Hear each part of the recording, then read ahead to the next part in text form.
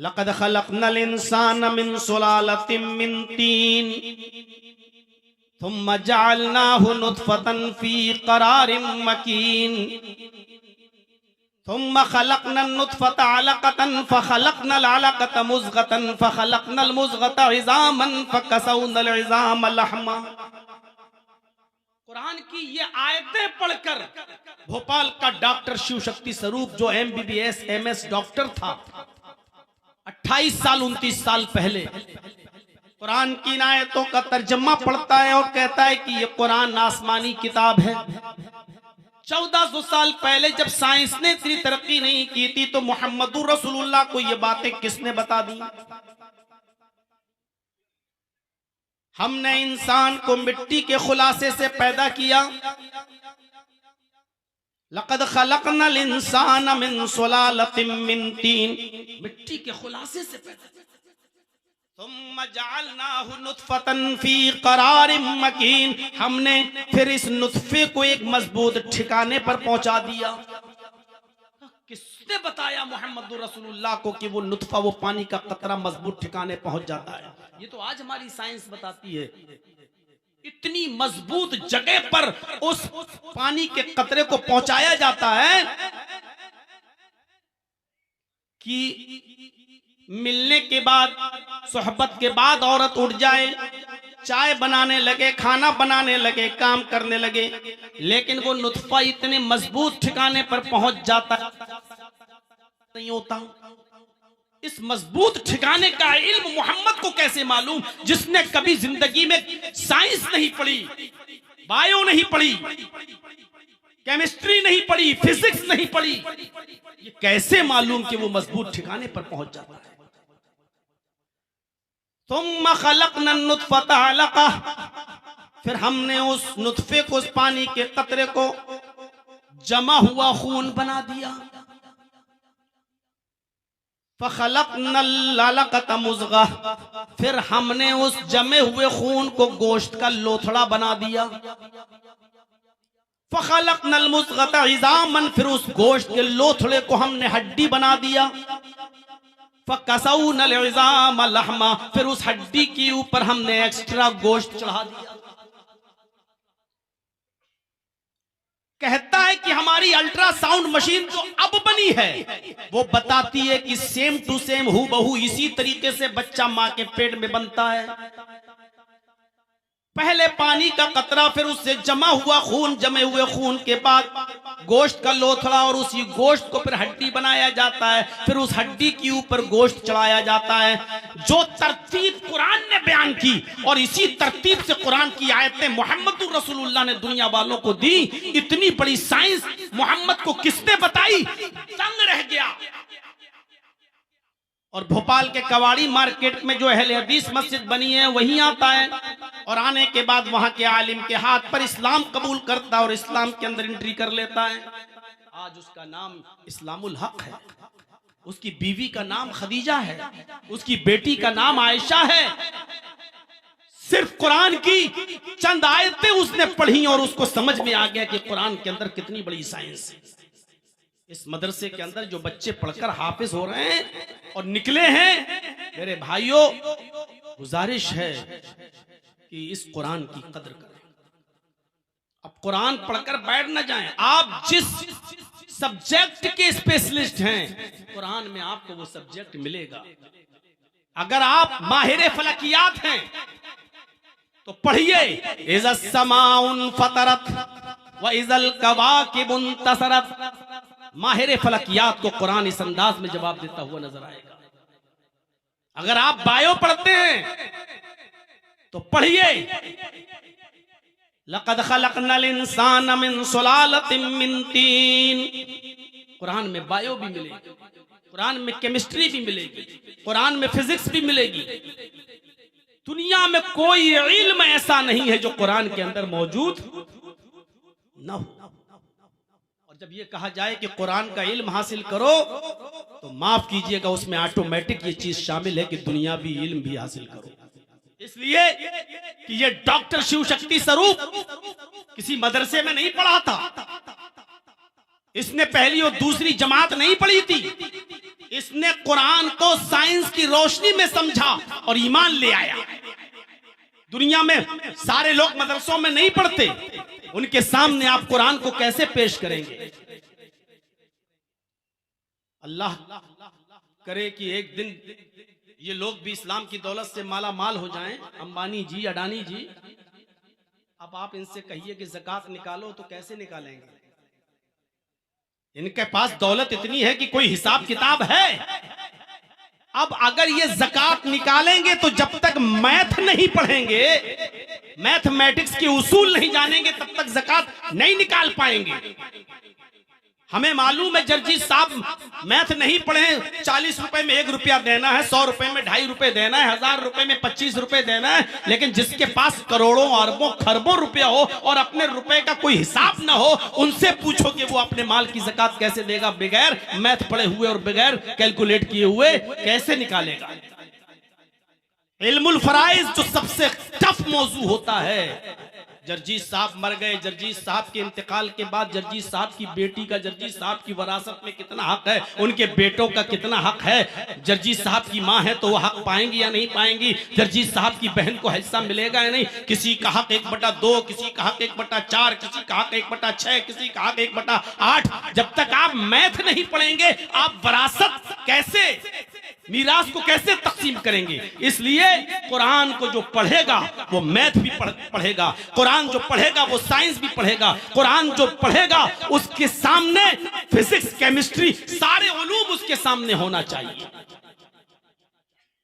इसीलिए कहा गया ना, खैरुकुम मन तअल्लमल कुरान व अल्लमा, तुम में सबसे बेहतर लोग वो हैं जो कुरान को पढ़ते हैं और पढ़ाते हैं, सीखते हैं और सिखाते हैं। ये कुरान की खुसूसियत रही है। कुरान मक्के में नाजिल हुआ तो अल्लाह ताला ने मक्के को उम्मुल कुरा बना दिया।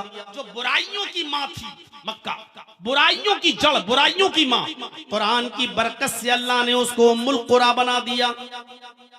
कुरान जिस महीने में नाजिल हुआ अल्लाह ताला ने उस महीने को सैयदुश शुहूर, तमाम महीनों का सरदार बना दिया। रमजान का महीना जिस महीने में कुरान नाजिल हुआ, काम महीना था कुरान के नुज़ूल से पहले, लेकिन अल्लाह ने जब इस महीने में कुरान उतारा तो कुरान को सैयदुश शुहूर, तमाम महीनों का सरदार बना दिया। शहरु रमजान अल्लज़ी उन्ज़िला फ़ीहिल कुरान, रमजान का महीना वो बाबरकत महीना है जिस महीने के अंदर अल्लाह ने कुरान नाजिल किया। कुरान रमजान के महीने की जिस रात में नाजिल हुआ अल्लाह ने उस रात की अहमियत को भी बदल दिया। लैलतुल क़द्र खैरुम मिन अल्फी शहर, रमजान की जिस ताक रात में कुरान नाजिल हुआ अल्लाह ने उस रात को भी इतना अज़मत वाली रात बना दिया कि फरमाया 1000 महीनों की इबादत एक तरफ और उस एक रात की इबादत एक तरफ। 1000 महीनों की इबादत से ज्यादा बेहतर है। 1000 महीनों के साल बनाइए आप, 12 से डिवाइड कीजिए तो 83 या 84, 83 या 84 साल बन जाते हैं। यानी एक रात का जाग लेना 83 या 84 साल की इबादत के बराबर। ये सिर्फ कुरान की बरकत। जिब्राइल क्या थे? मूसा पर वही लाए, दाऊद अलैहिस्सलाम पर ज़बूर लेकर आए, लेकिन एक फरिश्ते थे बस, इससे बढ़कर उनकी हैसियत नहीं थी। लेकिन अल्लाह ताला ने जब कुरान देकर मुहम्मदुर रसूलुल्लाह के पास जिब्राइल को भेजा तो अल्लाह रब्बुल आलमीन ने जिब्राइल को सैयदुल मलाइका बना दिया, तमाम फरिश्तों का सरदार बना दिया, तमाम फरिश्तों का सरदार। सिर्फ कुरान की बरकत से अल्लाह ने जिब्राइल को सैयदुल मलाइका बना दिया। कुरान जिस नबी पर उतरा अल्लाह ने उस नबी को इमामुल अंबिया बना दिया, तमाम नबियों का इमाम, सैयदे वलदे आदम बना दिया, सारी कायनात का रसूल और सारी कायनात का पैगंबर बना दिया। इसीलिए ये भी अल्लाह के नबी ने फरमा दिया, जब कुरान सबकी हैसियतें बदलता है तो जो कुरान को पढ़ता है वो मामूली कैसे रह सकता है, और जो कुरान सीखता है वो मामूली कैसे हो सकता है। खैरुकुम मन तअल्लमल कुरान व अल्लमा, तुम में सबसे बेहतर लोग वो हैं जो कुरान को सीखते हैं और दूसरों को सिखाते हैं। इसका ये मतलब नहीं कि बायो पढ़ने वाले बेहतर नहीं है, इसका ये मतलब नहीं है कि केमिस्ट्री पढ़ने वाले बेहतर नहीं है। इन तमाम उलूम का सरचश्मा तो कुरान ही है। तो जिसमें सारे उलूम हैं वो है किताब कुरान। और इसीलिए कुरान की आजमत यह है कि जो इसको पढ़ता है, पढ़ाता है, सीखता है, सिखाता है, उससे बेहतर कोई मखलूक नहीं है, ये सबसे बेहतर इंसान है। इसलिए अपने बच्चों को कुरान पढ़ाइए, कुरान के साथ साथ दुनियावी तालीम भी जरूरी है। दुनियावी तालीम से आप उनको कोरा मत रखिए। आज ऐसे भी बहुत से मदरसे हैं, मैं जानता हूं, पूरा हिंदुस्तान घूमता हूं, ऐसे मदरसे हैं जहां इंग्लिश आज तक नहीं रखी जाती है, हिंदी आज तक नहीं। वो कहते कि नहीं, हम अपने बच्चों को सिर्फ दीनी तालीम देंगे। आज उन स्कूल और मदरसों से पढ़कर निकलने वाले बच्चे इतने बुरी नजरों से देखे जाते हैं कि स्टेशन पर रिजर्वेशन फार्म भरने के लिए दूसरों को पकड़ते हैं और कहते हैं साहब हमारा फार्म भर दीजिए क्योंकि हमने इंग्लिश नहीं पढ़ी है। आज उनको 8 साल और 10 साल मौलवियत पढ़ने के बावजूद भी उनको जाहिल करार दिया जाता है और उनको बुरी नजर से देखा जाता है। मेरे भाइयों, मदरसों के अंदर इंग्लिश भी स्ट्रांग होनी चाहिए। सारे उलूम पढ़ाए जाना जरूरी है। आप किसी से मेरा नजरियाती इख्तिलाफ तो हो सकता है, नजरियाती इख्तिलाफ तो हो सकता है। अभी शुमाइल नदवी की जो का मुनाजरा जो मंजर आम पर आया जावेद अख्तर से, उसकी इंग्लिश ने ये साबित कर दिया कि मदरसे वाले अगर इंग्लिश पढ़ाने पर आ जाएं तो इंग्लिश के मैदान में भी ये इतने अच्छे बच्चे अपने मदरसों से निकाल सकते हैं कि जावेद अख्तर जैसा दहरिया, उस जैसा बदतीन, उस जैसा मेरे भाइयों मुनकिर खुदा, अल्लाह का मुनकिर, वो भी शस्तर रह जाता है। जिसकी इंग्लिश पर अमेरिका शस्तर रहता हो, यूके और यूएस में उसकी इंग्लिश के लिए डिक्शनरियां देखी जाती हो, इतना काबिल इंग्लिश में होने के बावजूद वो शुमाइल नदवी की एक अंग्रेजी नहीं समझ पा रहा है। आज जरूरत है मदरसों में ऐसे बच्चों की जो कुरान के साथ साथ इंग्लिश भी, क्यों जरूरत है इस्लाम को हर जबान में पहुंचाया जाए।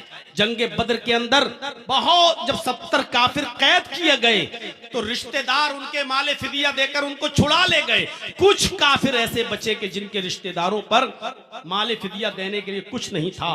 तो अल्लाह के नबी सल्लल्लाहु अलैहि वसल्लम ने फरमाया कि तुम लोग भी छोड़े जा सकते हो, लेकिन एक शर्त है, और वो शर्त यह है कि तुम में से हर एक आदमी मेरे 10 सहाबा को अबरानी जबान सिखलाएगा।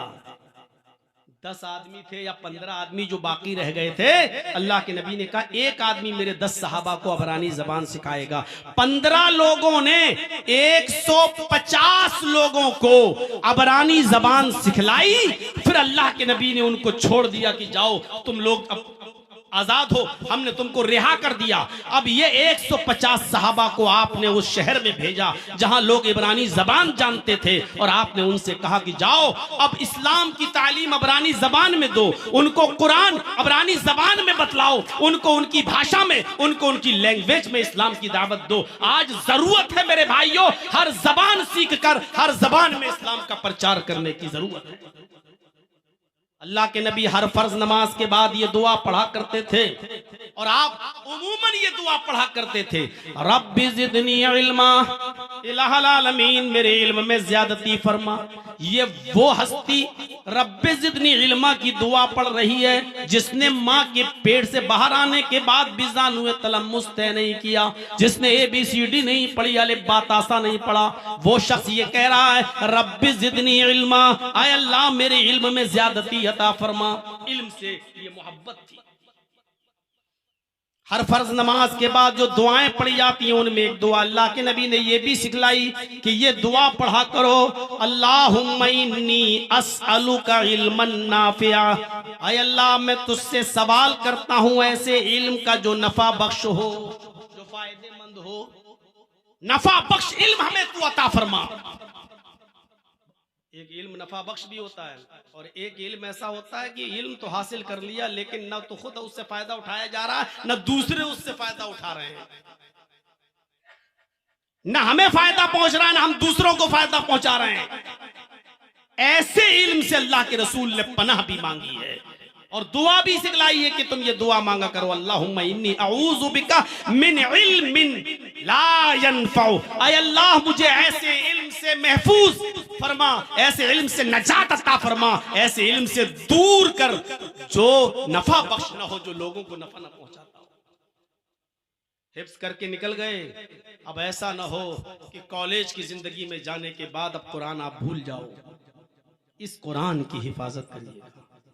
अल्लाह की कसम बहुत बड़ी नेमत लेकर जा रहे हो।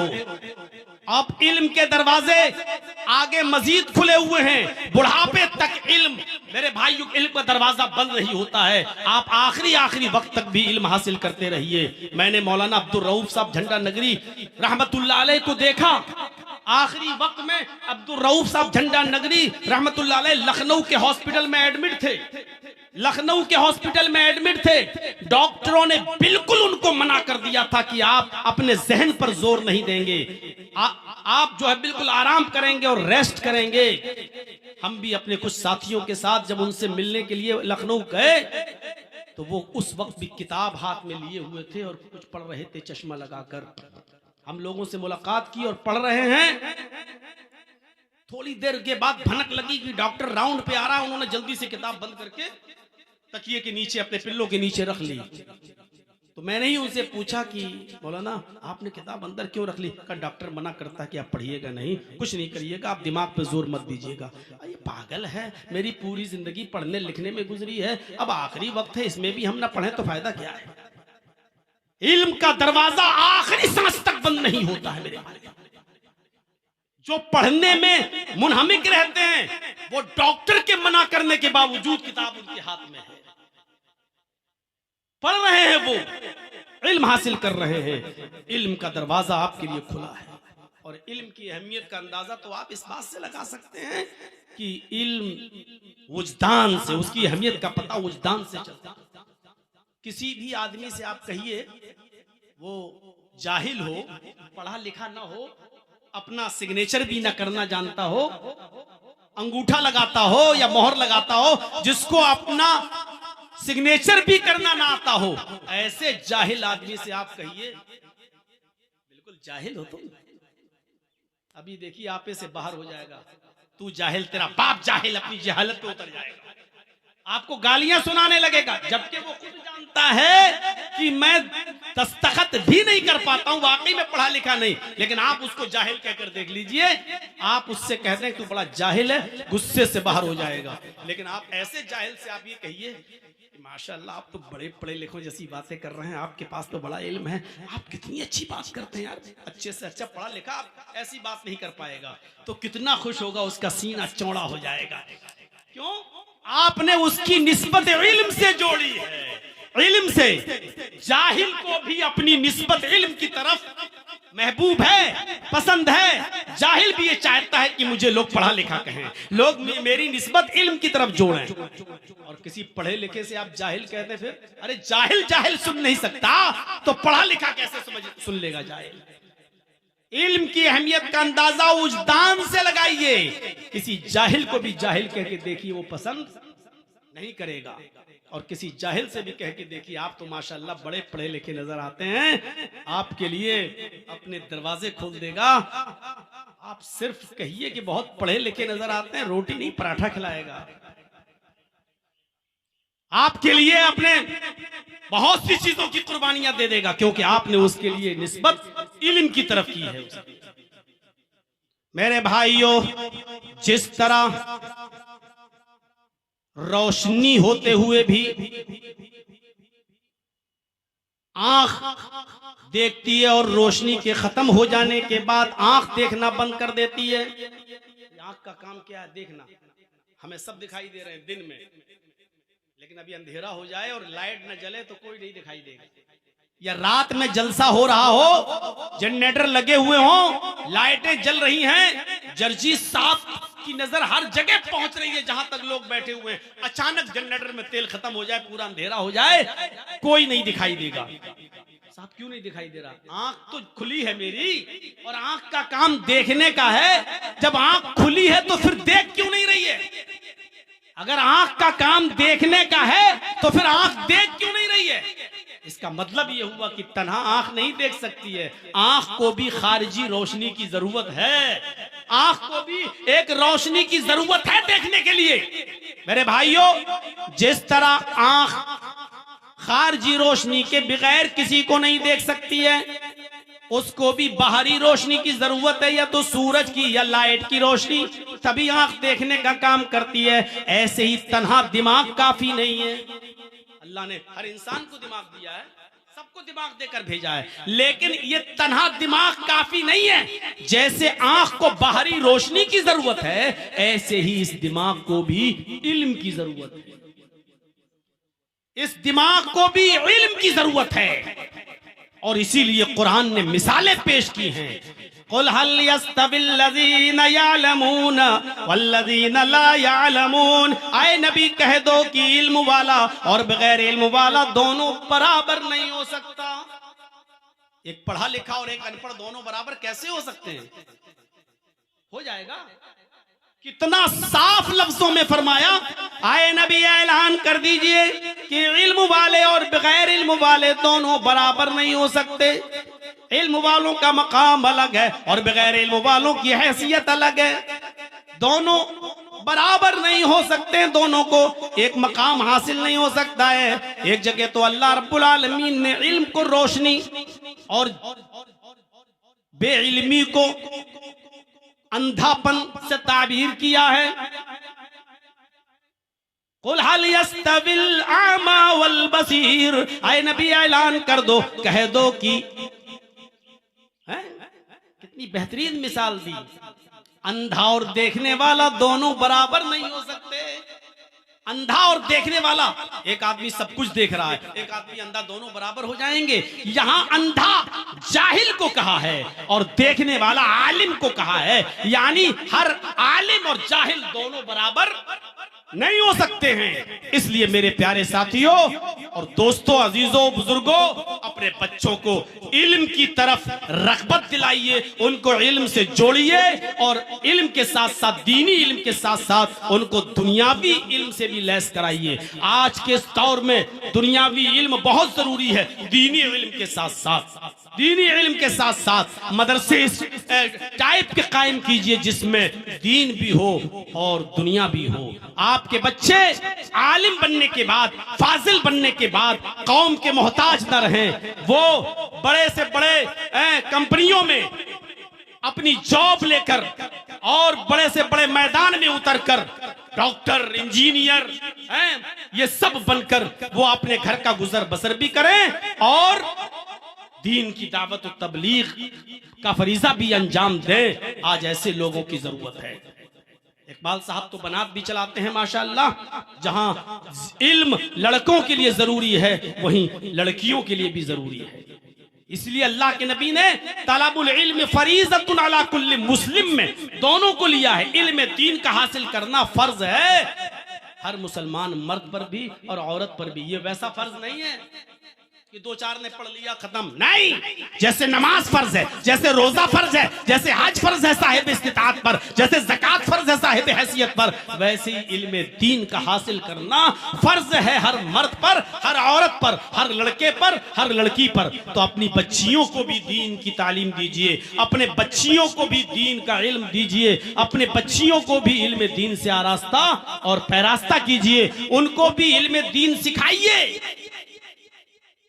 क्योंकि अल्लाह के नबी सल्लल्लाहु अलैहि वसल्लम ने फरमाया, जिसकी 3 लड़कियां होंगी, बेटियां या बहनें, उसने उनको पढ़ाया होगा, लिखाया होगा और अच्छा अदब सिखाया होगा और दीनदार घरानों में अच्छे दीनदार लड़कों से उनकी शादी कर दी होगी, तो अल्लाह के नबी फरमाते हैं कि वो उनके कफील, उनके जिम्मेदार, उनके बाप, उनका भाई कयामत के दिन मेरे साथ ऐसे होगा जैसे ये दोनों उंगलियां आपस में मिली हुई है। फिर आपने फरमाया जिसकी 2 बेटियां होंगी उसने उनको भी पढ़ाया लिखाया होगा, दीन सिखाया होगा और अच्छी जगह निकाह कर दिया होगा, वो भी मेरे साथ जन्नत में। फिर आपने फरमाया अगर एक बेटी है तो उसको भी लिखाओ पढ़ाओ और अच्छी जगह उसकी शादी करा दो, वो भी मेरे साथ जन्नत में होगा। ये लड़कियों की तालीम के सिलसिले में कहा। एक लड़का जब आलिम बनता है उसकी अपनी इस्लाह होती है। एक लड़की जब आलिमा और फाजिला बनती है तो पूरे खानदान की इस्लाह की जामिन होती है, वो पूरे खानदान की इस्लाह का जरिया बनती है, क्योंकि बच्चों की तरबियत घर से होती है। आप कितनी भी यूनिवर्सिटी में अपने बच्चों को पढ़ा लें, ऐसे कितने स्कूल और कॉलेज हैं जहां M.Com B.Com करने के बाद लड़के निकलते हैं, पढ़ते हैं, निकलते हैं, लेकिन आज उन यूनिवर्सिटीज से पढ़कर निकलने वाले हजारों लोगों को आपने देखा होगा स्टेशन पर या बस स्टैंड पर या किनारे खड़े होकर पैंट की चैन खोलकर खड़े होकर पेशाब करते हुए। बहुत से लोगों को आपने देखा होगा। स्कूल में पढ़ाई तो हो गई लेकिन तरबियत नहीं मिल पाई, कॉलेजेस में पढ़ाई तो हो गई लेकिन तरबियत नहीं मिल पाई। नेपोलियन अक्सर कहता था कि मदर्स लेप is first college for children, माँ की गोद ये बच्चे का पहला मदरसा है। बच्चा माँ की गोद से तरबियत हासिल करके निकलता है। अब्दुल कादिर जिलानी बगदादी का वाकया हमने चौथी क्लास में पढ़ा था, अब तो खैर हटा दिए गए हैं वो कोर्स से वो चीजें, कि वो एक काफिले के साथ जा रहे थे और डाकुओं ने जब लूटा पूरे काफिले को लूट लिया। और जब इस 12 साल के बच्चे से पूछा कि तुम्हारे पास भी कुछ है, तो उसने कहा 40 अशरफियां हैं। कहाँ हैं? मेरे कोट मेरे कुर्ते के अस्तर में सिली हुई हैं। फाड़ के देखा तो 40 अशरफियां निकली। डाकुओं के सरदार ने पूछा कि तुमने आखिर बता क्यों दिया? ये तो छुपी हुई थी, हम तो यहां तक पहुंच भी नहीं सकते थे, फिर तुमने बता क्यों दिया? इस 12 साल के बच्चे ने जवाब दिया कि मेरी माँ ने चलते वक्त नसीहत की थी कि बेटे हालात कितने भी खराब हो कभी झूठ मत बोलना, हमेशा सच का सहारा लेना। इसलिए मैंने अपनी माँ की नसीहत को पकड़ा और जब आपने पूछा तो मैंने वही जवाब दिया जो मेरी माँ ने मुझे सिखाया। इसका असर डाकुओं के सरदार पर यह पड़ा कि सबका लूटा हुआ माल वापस कर दिया और कहा कि ये बच्चा अपनी माँ का इतना कहना मानता है और हम तो अपने रब का कोई कहना नहीं मानते हैं। तौबा किया, सबने इस्तिगफार किया, तौबा किया और सबका लूटा हुआ माल वापस करके दीन के रास्ते पे आ गए, नमाजी बन गए, रोजेदार बन गए। मेरे प्यारे साथियों, माँ, ऐसी माँ मदरसों से निकलेगी, ऐसी माँ तैयार होगी मदरसे की तालीम से। इसलिए अपनी बच्चियों को दीनी तालीम से आरास्ता और पैरास्ता करिए ताकि आपकी बेटियां आगे चलकर ऐसी माँ बनकर निकले। माँ अगर तरबियत, सुल्तान डाकू को जब फांसी दी गई ना, फांसी, तो उससे पूछा गया कि आखिरी तमन्ना क्या है? कहा कि मेरी आखिरी तमन्ना है कि मुझे मेरी माँ से मिलवाया जाए। जब माँ को बुलवाया गया, कहा लो मुलाकात हो गई, अब भी कोई तमन्ना है? कहा कहा क्या? कहा मुझसे पहले मेरी माँ को फांसी दो। कहा क्यों? कहा कि जब मैं 5 साल का था तो सबसे पहले मैं एक अंडे की दुकान पर गया था, मैं पैसा लेकर गया था, मैंने अंडे वाले से अंडा लिया लेकिन उसको पैसा नहीं दिया। अंडे वाले ने कहा पैसे? मैंने कहा अभी तो दिया था। उसने सोचा बच्चा है, झूठ थोड़ी बोल रहा है, और वो पैसा बचाकर मैं वापस आ गया। मैंने अपनी माँ को अंडा दिया, फिर वो पैसे भी। माँ ने पूछा बेटे पैसा? कहा कि अंडे वाले को मैंने बेवकूफ बना दिया और मैं झूठ बोल गया कि मैंने दे तो दिया। तो मेरी माँ ने मेरी पीठ थपथपाई थी। कहा बेटा अच्छा हुआ तूने ऐसा किया, अब शाम की भी चूल्हा जल जाएगा मेरे घर पर। वहीं से मुझे चोरी का दरवाजा मेरे लिए खुला और मैं फिर आगे चलकर इतना बड़ा डाकू बना कि जो मुझे माल नहीं देता था मैं उसका मर्डर कर देता था, कत्ल कर देता था। और फिर बिलाखिर पकड़ा गया और कानून के शिकंजे में आकर मुझे फांसी की सजा सुनाई गई और आज मैं फांसी के तख्ते पर लटक रहा हूं। इस तख्ते पर पहुंचाने वाली मेरी माँ है, इसलिए मुझसे पहले मेरी माँ को फांसी दी जाए। माँ चाहे तो अपने बच्चे को अच्छी तरबियत भी दे सकती है और माँ चाहे तो अपने बच्चे को बेहतरीन तरबियत और बुरी तरबियत दोनों दे सकती है। मेरे भाइयों, मुस्नद अहमद में एक वाकया नकल किया गया है कि एक सहाबिया जिसके घर में जब बच्चा पैदा हुआ तो वो बच्चा जब भी पेशाब करता था, वो बच्चा जब भी पेशाब करता था, माँ उसकी शर्मगाह पर पानी का एक लोटा डाल देती थी। बच्चे ने जब भी पेशाब किया माँ ने पानी डाल दिया। जब वो बच्चा चलने के लायक हुआ, पहला दिन था उस बच्चे के चलने का, जैसे ही वो बच्चा चलने के लायक हुआ तो उसको पेशाब लगा तो उसने पानी उठाया और नाली के किनारे जाकर बैठ गया और पेशाब किया। उसको मालूम नहीं इस्तिंजा कैसे किया जाता है, उसको पता नहीं शर्मगाह किस हाथ से पकड़ी जाती है और पानी किस हाथ से डाला जाता है, उसको अभी कुछ भी नहीं मालूम। बस उसने माँ को देखा था कि मेरी शर्मगाह पर पानी डालती है, उसने पेशाब किया और पानी अपने शर्मगाह पर ऐसे ही डाल लिया। माँ दूर से ये मंजर देखती है, नजरें आसमान पर डाल के कहती अल्लाह मैं कामयाब हो गई, मैं अपने बच्चे को जो तरबियत देना चाहती थी, मैंने अपने बच्चे को वो तरबियत दे दी। अब मेरी मौत भी आ जाए तो मुझे परवाह नहीं। मैं अपने बच्चे को जो सिखाना चाहती थी, मैंने अपने बच्चे को वो सिखा दिया। ये माएँ थी जो अपने बच्चों को बचपन से ये तरबियत दिया करती थी। आज हमारी माएँ पैंट की चैन खोलकर अपने 8 साल और 7 साल और 6 साल के बच्चों को भी कहती, बेटा यहाँ खड़े होकर पेशाब कर ले। ये माएँ क्या तरबियत देंगी अपनी औलाद को? इसलिए अच्छी माँ, अच्छी बेटी और अच्छी बहन इन मदरसों में मिलेगी। और इन मदरसों की तालीम का निजाम भी मेरे भाइयों दीन के साथ साथ दुनियावी भी होना चाहिए। 5:25 या 32 पर अजान का वक्त है, 10 मिनट बाकी रह गए हैं। हमें और आपको वुजू बनाकर भी मस्जिद में जाने की तैयारी करना है। इसलिए इल्म के मौजू पर ये चंद बातें मैंने जो आपके सामने रखी हैं, एक अच्छा मैसेज लेकर हम और आप यहां से उठें और अपने बच्चों को दीनी तालीम दें। अल्लाह रब्बुल आलमीन इस इदारे को दिन दूनी रात चौगुनी तरक्की अता फरमाए, नजर बद से बचाए। हमें अपने बच्चों को दीनी तालीम से लैस होने की तौफीक कराने की तौफीक अता फरमाए। हमारे बच्चों को दीन के साथ साथ दुनियावी इल्म से भी परवरदिगार हमें हमारे बच्चों को उससे भी फायदा उठाने की तौफीक अता फरमाए। जब तक जिंदा रखे इस्लाम पे जिंदा रख, और जब हमारा खात्मा हो तो ईमान पर हमारा खात्मा फरमाना। वमा अलैना इल्लल बलागुल मुबीन व आखिरु दावाना अनिल हम्दुलिल्लाहि रब्बिल आलमीन। अस्सलामु अलैकुम व रहमतुल्लाहि।